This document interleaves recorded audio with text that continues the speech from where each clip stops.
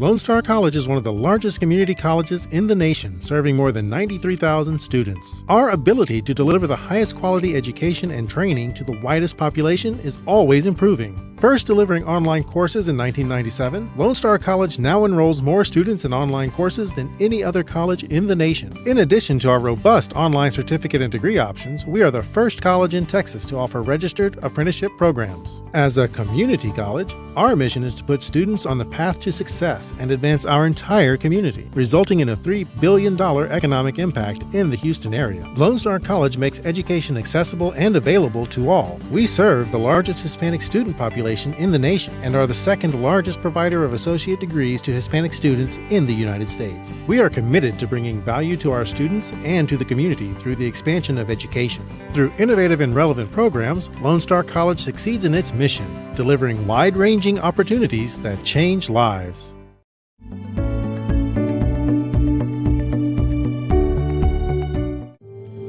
People will always come and go in our lives, but we all know those few who never left, because they always leave you with so much more. The ones who make you stronger, build you up when you're broken down. The partners who've always had you covered. At Blue Cross and Blue Shield of Texas, we know what it means to be covered by someone you look up to, even when they're sitting right beside you. To be covered by someone guiding you through more than just the routine.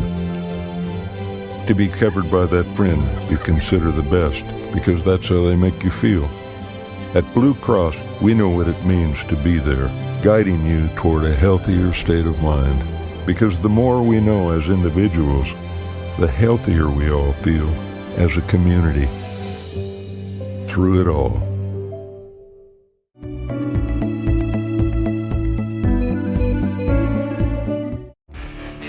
We didn't expect to be where we are today, but Texans are tough, and it's time to move and recover. At TSTC, we will help rebuild Texas, one skilled technician at a time. TSTC has the assistance to help you today to get where you need to be tomorrow, so that together we are stronger than ever.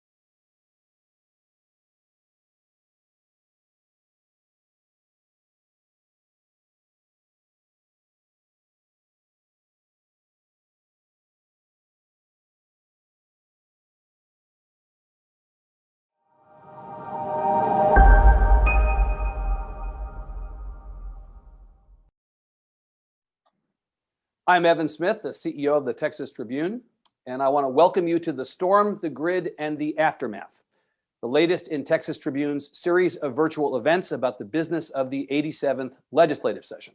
We've had many great ones since before the session gavelled in, and we have many more planned between now and sine die, including one I'm looking forward to tomorrow at noon, when our reporter on the environment, Aaron Douglas, interviews Houston Mayor Sylvester Turner about how big Texas cities are combating climate change. I'll be talking today to State Representative Craig Goldman and State Senator José Menéndez for about 30 minutes. I'll do my best to incorporate some of the questions many of you have submitted in advance. Before we begin, I want to thank our sponsors, Lone Star College, Texas State Technical College, Blue Cross and Blue Shield of Texas, and the Texas Construction Association. If you'd like to join the conversation with us online, tweet using the hashtag TTEvents. Now it's my pleasure to introduce our guests. State Representative Craig Goldman, Republican of Fort Worth, was first elected to his District 97 seat in 2012. In the 87th session, he is the chair of the Energy Resources Committee and serves on the Licensing and Administrative Procedures and Redistricting Committees. He's also an appointed member of the Sunset Advisory Commission. Born in Fort Worth, he's a graduate of the University of Texas at Austin. State Senator José Menéndez, Democrat of San Antonio, was reelected last November to a second full term representing District 26. This session, he is vice chair of the Local Government Committee and sits on the Administration, Business and Commerce, and Education Committees, as well as the Special Committee on Redistricting. A native of San Antonio, he is a graduate of Southern Methodist University. Gentlemen, welcome. Thank you so much for being here. Thank you for having us. Mr. Chairman, to you first. We were treated to the spectacle of hours and hours and hours and hours of hearings several weeks back, trying to get to the bottom of what happened during and after the winter storm, why the power went out and stayed out primarily for millions of us, in addition to many other ways in which our fellow Texans suffered. Do we know the answer? Well, Evan, first, thank you very much for having me. Senator Menéndez, thanks very much. It's great to be with you, former House colleague. Do we know what happened? Well, we know a lot went wrong, Evan. We know that the 5 sources of power in our state all failed, basically all at the same time.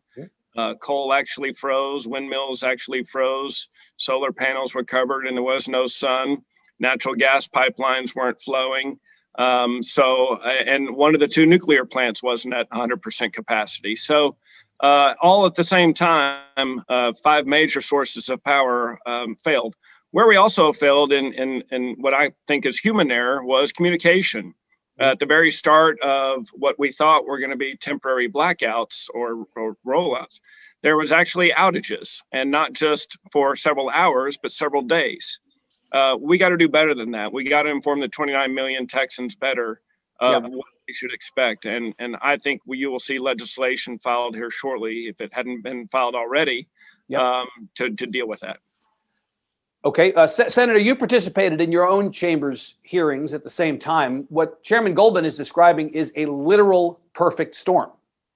Do you agree with his answer that it's kind of all of the above? Everything went wrong at the same time? Yeah, absolutely. We sat through 25 hours of testimony on 2 different days. The first day was 14 and the second 11 hours. Yep. And then I made the mistake of commuting back to San Antonio in between the 2 days. But the point is that at the end, when we had the CEOs of the big utilities, they testified exactly what Chairman Goldman testified. At one point, we've even heard from Vistra, one of the biggest producers of energy, private producers, say that it would not have mattered had we had more natural gas power plants because they just didn't have enough pressure. There wasn't enough gas to distribute to these plants for them to get the full production of energy. So we had all sorts of problems, and I think there was a huge failure in communication between the Railroad Commission and the PUC and ERCOT. So let's get into some of the details of that, and I want to begin with the general subject of accountability, which both of you have alluded to. What Chairman Goldman said was human error. I want to go down a couple of paths on the accountability front. First, who is to blame? Lots of people have been dunking on the Public Utility Commission the last couple of weeks, Chairman Goldman. In lay terms, what exactly did the PUC do or not do? Well, I mean, I've had private conversations of what they did, and I frankly believe the chairwoman performed her role during the storm, making sure she was calling the right people in order to shed load or give away power in order to try and save the grid.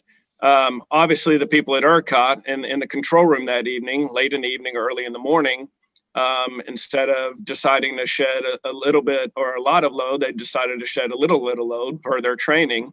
And then the situation got worse. And if you ask me, they hit a critical point to where there was technically a point of no return, that they had to shed load or shed power as quickly as possible so as not to lose the grid. And that's what they testified. They were basically under a 5-minute window that if they didn't do that, and that's what led to the days of outages, not rolling blackouts. Right. If they didn't do that, they would have lost the entire grid, meaning we would have been without power in the state of Texas for over a month. Right. Did I hear you, Chairman Goldman, defend the chair of the Utility Commission? She has not been defended by many people over the last couple of weeks. Well, look, based on private conversations I had and homework that I did, I know the role that she played. I also know that she resigned and another PUC commissioner resigned, and the ERCOT head didn't resign. He was let go by the board. Yep. So there are consequences to action, to things happening like this. But again, I encourage everybody to do their homework and get behind the scenes if you can and make the phone calls to see who did right and who did wrong. There's no question that we need a better system designed so that PUC, ERCOT, and Railroad Commission are all speaking and all talking at the same time. And I think you're going to see legislation filed here shortly that's going to allow them all to do that. Right. Senator, let me ask you if you agree with Chairman Goldman in that respect. Again, a lot of people have said that the chair of the Public Utility Commission was not, did not do her job sufficiently or was arrogant in talking about, that was a word you heard a lot during the hearings, the way that she responded to the questions of some in the legislature. Was it correct that the chair of the Public Utility Commission, Deanne Walker, resigned, and that subsequently another commissioner, Shelley Botkin, resigned? Is that where the accountability should be at the PUC? This issue did not happen overnight. The size of this disaster was not because of just the events of that storm. Mm-hmm. Where the PUC, in my opinion, failed us more than ever was never enforcing the full recommendations that came after the 2011 storm. In October 2012, they had a hearing. Right. And before them, there were the hearing they never enforced winterization of all power plants. Mm-hmm. They never came to the legislature and said, I don't have the hammer, a big enough hammer to do this, in my opinion.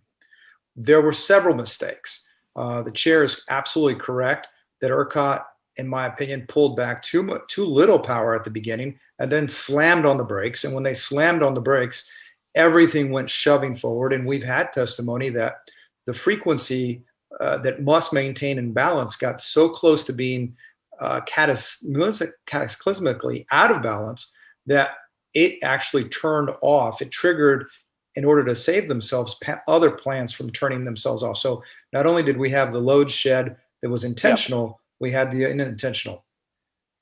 And so, you had human error on the ERCOT side. You had human error on the PUC side by never enforcing things that needed to be enforced long ago. And so then, in my opinion, there was, in the testimony and in a lot of the questioning that happened privately that I'm not going to divulge, but I'm just going to say, interviews that I've heard that have occurred with the PUC chair, I think that she made the right decision. I'm not sure. I think the decision needed to be made because it was obvious to many of us that there was a lack of leadership that occurred long ago. At the storm, once we do a full analysis, did they do everything they could? Maybe they did in terms of the PUC and the Railroad Commission, but they failed to prepare for the storm. And the proof of that are a municipally owned utility like Garland that didn't lose any power.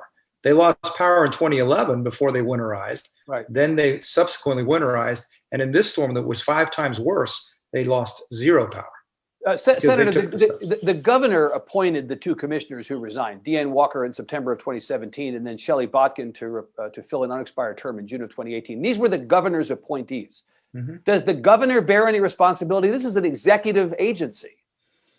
executive means the governor. Does the governor bear responsibility? We haven't heard a lot about the governor bearing responsibility for this. Do you think he should? I've heard a lot about all of us bearing some responsibility, including the governor. I have heard a lot of people, and I think there's plenty of blame for everybody. I think the legislature, I think the problem with our society today, we're always looking for someone else to blame. No, let's all take some responsibility in this. We all own a piece of this. And those of us that were in the House in 2011 that did nothing to change it, I voted for changes. They didn't occur. And the governor, in my opinion, should have forced industry to winterize to a proper level. Obviously, many plants did and did not lose power. We just didn't have enough. Well, let's come to that because Chairman Goldman has legislation that addresses that. But I want to go back to Chairman Goldman and stay on the question of the PUC for one more second. So, Chairman Goldman, we have one commissioner now on the PUC, Arthur DeAndrea, who was elevated to be chair when Deanne Walker resigned. Can the commission function with one commissioner? I'm like, if the guy shaves in the morning and looks at himself in the mirror, is that violating the Open Meetings Act? I mean, we have one commissioner. That's a valid point. Open Meetings Act of one person. So I asked that question yesterday, and according to what I was told in statute, that can function with one PUC commissioner. So right now, that commissioner does have all the power. What do you know about the governor's plans to appoint replacements? You know, there's been talk about whether the PUC should continue to be a board appointed by the governor, whether instead commissioners should be elected like members of the Railroad Commission. Chairman Goldman, do you have a point of view about that? Yeah, I think they should remain to be appointed by the governor, just because we need complete experts in this field. And the governor, whoever the governor is, should be able to find who those experts are and appoint those experts. Senator, do you agree we should keep the PUC as an appointed body? I think I was leaning towards an elected board, but I can recognize the fact that you have to have some experts. Maybe we can do a hybrid. I know that other states that have elected commissioners have lower rates because they feel more of a responsibility to the people who elect them. And so I think there is room for us to really investigate this. I think it hasn't been working. And I think that we need to be looking for a different way. The other thing that frustrates me is I don't really know why we should have, in my opinion, sort of an energy commission where we have oil and gas and utilities, electric utilities, all under one umbrella. Because one of the problems that we had is that the electric utility grid didn't have the do not disconnects to some of the gas compression sites where they needed to have the gas in order to fill it and have the proper compression levels. So we just weren't communicating at our proper levels. Chairman, Senator Menéndez tees up a question I was actually already going to ask you. It's a perfect setup. So speaking of this overall system of how we look at energy, what do you think about creating a new agency that can see all parts of the energy system? My colleague Aaron Douglas notes that pre-storm, there was already a lack of clarity to some degree between the Texas Commission on Environmental Quality, the TCEQ, and the Texas Railroad Commission. Post-storm, there's been a lack of clarity between the PUC and the Railroad Commission. And of course, there's been talk for years of the possibility of rebranding the Railroad Commission with a different name, since it's not about railroads, it's about energy. Is a reorganization of state agencies in order after this? Well, first I would say stay tuned to that, because there's certainly ongoing discussions of what is done. Like I said from the outset, I think one of the major problems we all had was a lack of communications between the different agencies, Railroad Commission, PUC, the whole 9 yards. So there are informal organizations already in place that we certainly are looking at formalizing. Whether we make them an agency or not, I'm not so certain. But at least formalizing these already working groups that already exist, and they were going on, they were having these conversations before the storm, during the storm, and after the storm. And so I think we're going to take a serious look about formalizing that very group that exists already. Okay. So, Chairman, let me stay with you and ask you about ERCOT, which you talked about earlier. This is the Electric Reliability Council of Texas. This is our grid operator. It's become a punching bag and a laugh line in the last couple of weeks. Should it be, do you think? Sorry, this is for me?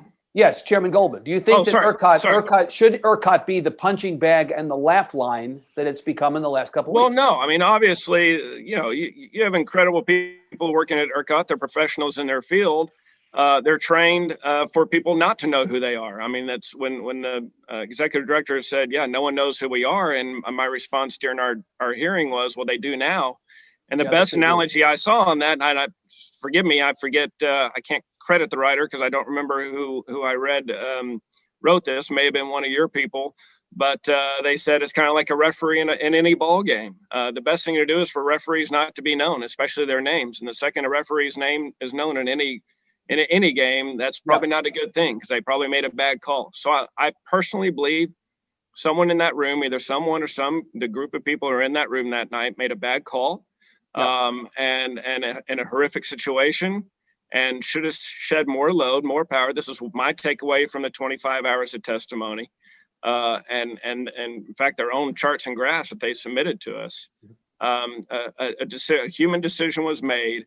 And it cost a lot of people a lot of power and hence the outages for several days. But it does not make you think that there's a problem with ERCOT. You think there was a problem with some decisions made by some people on that night, but you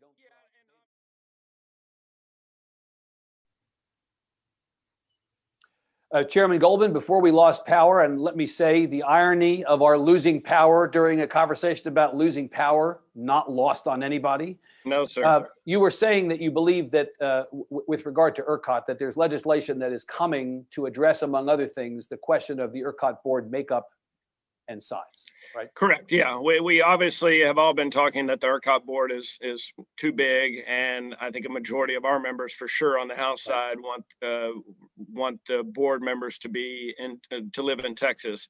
I don't like the fact that the out-of-state board members, as soon as there was a problem, cut and ran and quit the board. And instead of being part of the solutions, they remained part of the problem by leaving the board and didn't want to stick around to help provide solutions to the problem. Senator, on the question of ERCOT, as you know, according to its independent market monitor, ERCOT made a $16 billion error in pricing during the week of the storm. The PUC had an opportunity last Friday to fix the error, but declined to do it. And in the days since, the Lieutenant Governor, your presiding officer, is among those who've called for those charges to be reversed. In fact, Senator, you signed a letter with most of your colleagues to that effect. And then last night, the governor added the correction of billing errors related to ERCOT as an emergency item for the 87th session. Is this going to happen, do you think? I believe it will happen. I think it needs to happen. It's exactly why I have been in conversations with the CEO of CPS Energy, who is the electric provider and generator for most of San Antonio since the storm started. And I felt, based on what I saw, where, in my opinion, one of the biggest PUC failures was allowing for the surged pricing, that 10,000% higher, 9,000 per megawatt, stay on for so long after we had already maxed out everything we could get out of the system, where normally it's a $20 a megawatt. I said to her, you need to hold on to your revenue, because protect your balance sheet, protect the ratepayers. And that's the same thing I would say. And I'm glad to see that the governor issued an executive order that we must address the billing error. I was extremely disappointed with the PUC for not having the backs of the ratepayers of all Texans, and that was I think a failure.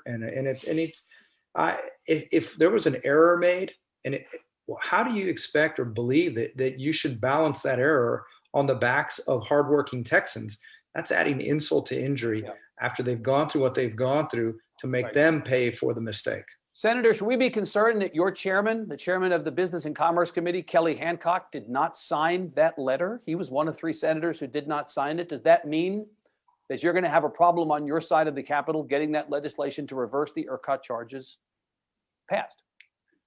I don't know why the chair decided not to sign, why Chairman Hancock decided not to sign. I know that 28 members signed. I know the governor's issued an order, and it did sign. And I know that the governor's issued an order asking us to look into that. At the end of the day, I believe that everyone in the legislature will step up and do the right thing to help protect Texans from having astronomical bills that they don't deserve. Chairman Goldman, this isn't about people keeping the power on and keeping the overcooling their house or overwarming their house. Chairman Goldman, you're going to have to deal on the House side with this now emergency item from the governor on the reversal of the ERCOT billing charges. How do you come down on that?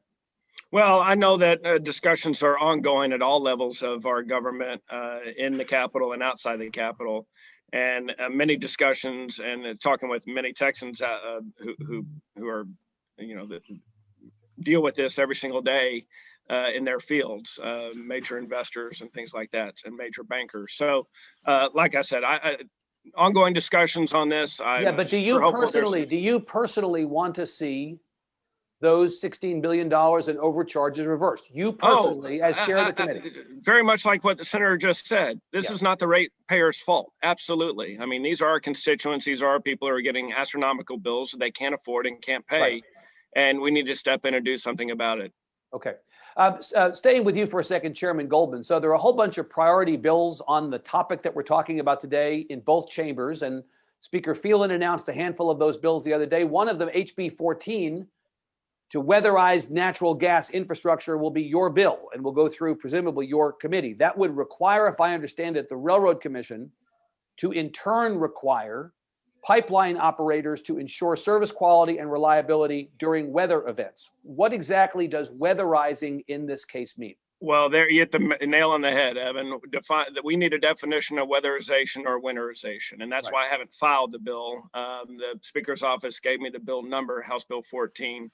And we're still in discussions of what that means and what that means to those oil and gas industry corporations and businesses.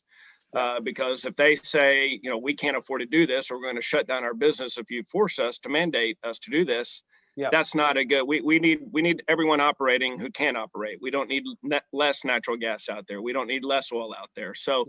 We're ongoing discussions of that. They're happening every single day, and we will file a bill, I think, that everyone will be proud of. I have a snarky question, Chairman Goldman, and then a practical question. I'm going to do the snarky question first. As you heard Senator Menéndez say earlier, for more than a decade, the legislature has ignored, dismissed, or watered down recommendations and efforts to make improvements to the grid in the area that your bill seeks to address. Why should anybody believe you that you're going to do it this time? Well, let me be very clear. I wasn't here last time. I wasn't here in 2011. And by the majority of the Texas House wasn't. In fact, a supermajority, over 100 members of the 150 weren't here in 2011. So, we came in after that. Why now? Because everyone agrees it needs to be done. And that was, if there's one takeaway from the hearings of 25 hours of hearings, every single participant of that, of every single industry, from the wellhead to the light bulb operator, all admitted that they had problems that they needed to fix internally. Those discussions are ongoing, as I'm committed to having ongoing committee hearings, even in the interim, to make sure that we follow up, one, what we passed legislatively, but two, even the companies who have pledged to take a look in the mirror and say, we need to make internal fixes that we don't have to mandate, that we don't have to legislate, they're going to do it.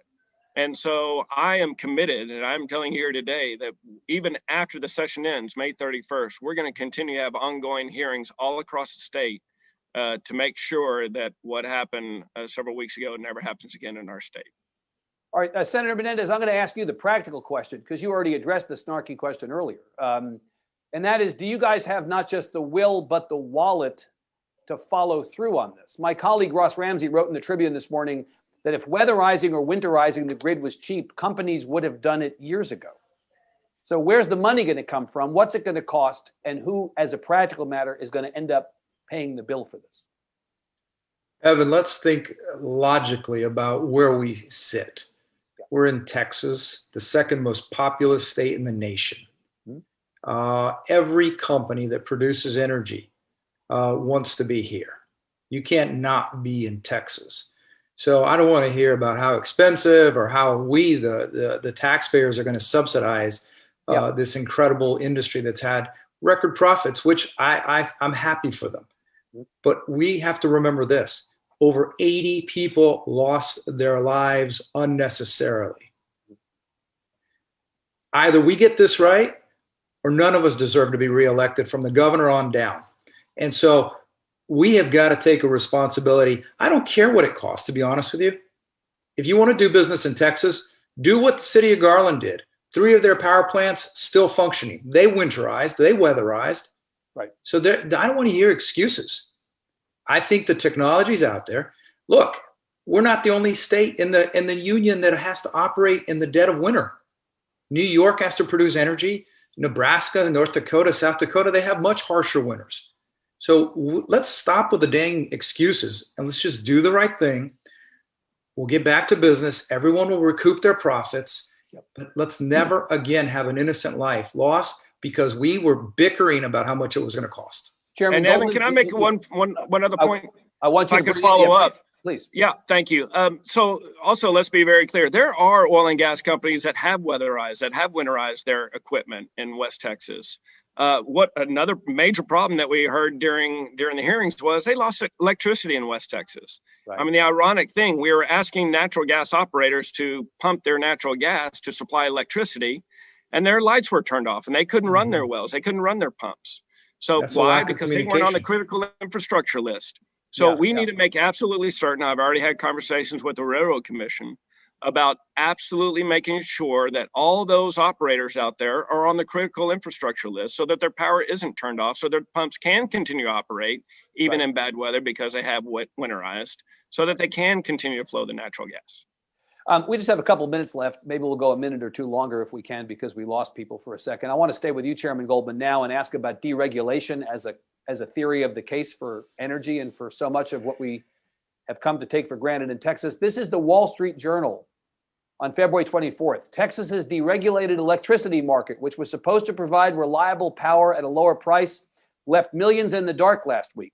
Since 2004, its customers have paid $28 billion more than they would have paid at the rates charged to customers of the state's traditional utilities, according to a Wall Street Journal analysis of data from the Federal Energy Information Administration. As a state chairman, we've been all about the broad strategy of deregulation as good for Texans.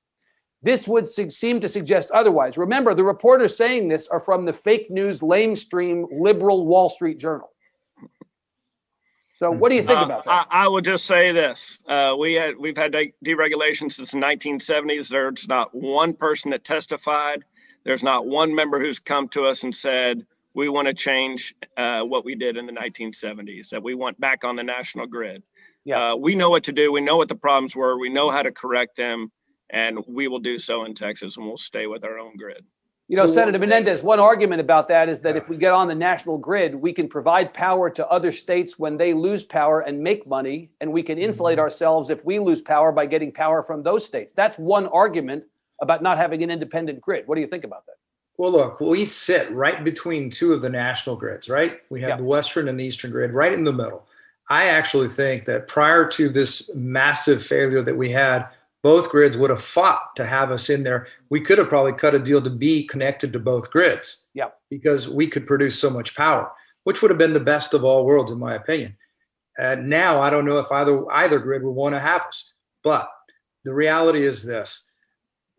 We can and should, in my opinion, be connected. But the problem is not so much whether we deregulate or regulate it. I think we got it to we were okay because there's a competitive market, and then there's those that have municipally owned utilities are allowed to keep them because I don't want to replace our municipally owned utility in San Antonio with any other utility. I'm very happy with the way it is. The reality is the market for energy is broken. The PUC should never have allowed. There should have been something that said, you can't keep the surge pricing at 9,000 because there's no one else to encourage to bring power on. You've got all the power that the system has to offer. Shut down that $9,000 an hour because that's what allowed people to take the natural gas spot market from $3 a foot to $700. And so the reality is that we have a broken market, not necessarily the way we set up our electric place, but the market, how energy is priced in Texas, in my opinion, it does need some guardrails. Okay. And to that point, what I'm also hearing is legislation not allowing customers to sign up for the variable rates. We basically need everybody on fixed rates. Residential, because they don't have the tools to the computers to tell them, hey, because big companies they know what power is costing them. They know when to turn it off, when to shut it down, and that makes sense.